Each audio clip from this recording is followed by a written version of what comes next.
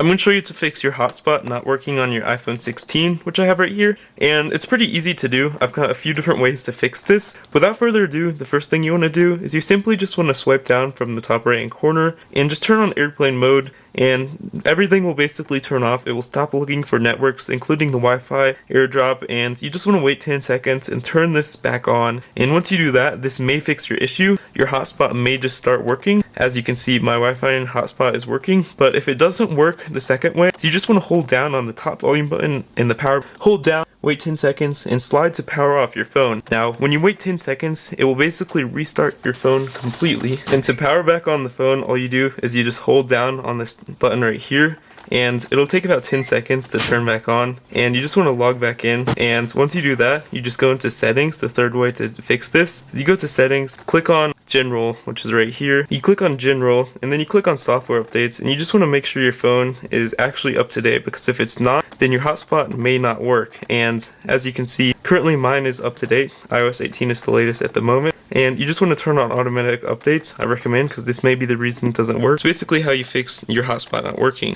And you can do all of these methods once again. If none of them work, try something else and let others know in the comments below if it works.